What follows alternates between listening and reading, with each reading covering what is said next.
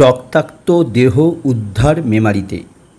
২৬শে মে সোমবার আনুমানিক রাত 10:30 নাগাদ পূর্ব বর্ধমান জেলার মেমারি রেল স্টেশনের পুরাতন টিকিট কাউন্টার সংলগ্ন পে অ্যান্ড ইউজ পাবলিক টয়লেটে রক্তাক্ত দেহ উদ্ধার করল মেমারি থানার পুলিশ।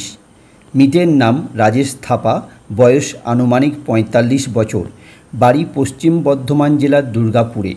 রাজেশ থাপা ওই পাবলিক টয়লেটের কেয়ারটেকার ছিলেন। জানা যায়, সোমবার রাত 10:30 নাগাদ স্থানীয় এক ব্যক্তি মেমারি রেল স্টেশনের পুরাতন টিকিট কাউন্টার সংলগ্ন পে অ্যান্ড ইউজ পাবলিক টয়লেটের বারান্দায় তালা লাগানো গেটের ভিতরে রক্তাক্ত দেহ পড়ে থাকতে দেখে। সঙ্গে সঙ্গে রেল স্টেশন মাস্টারকে ও মেমারি থানায় খবর দেন তিনি।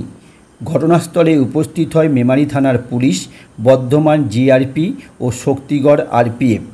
আধিকারিকগত সীমাক্ষেত্র আলোচনার পর মঙ্গলবার গভীর রাত প্রায় 2টো নাগাদ মেমারি থানার পুলিশ গেটের তালা ভেঙে রক্তাক্ত দেহটি উদ্ধার করে মেমারি গ্রামীণ হাসপাতালে পাঠায়।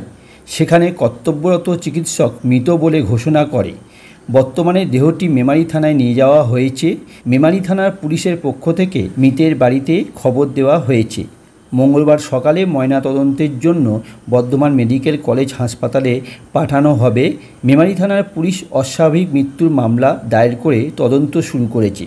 বিশেষ সূত্রে জানা যায়, প্রাথমিকভাবে অনুমান করা হচ্ছে উচ্চ রক্তচাপজনিত কারণে মস্তিষ্কে রক্তক্ষরণের ফলে মৃত্যু ঘটেছে রাজেশ থাপার।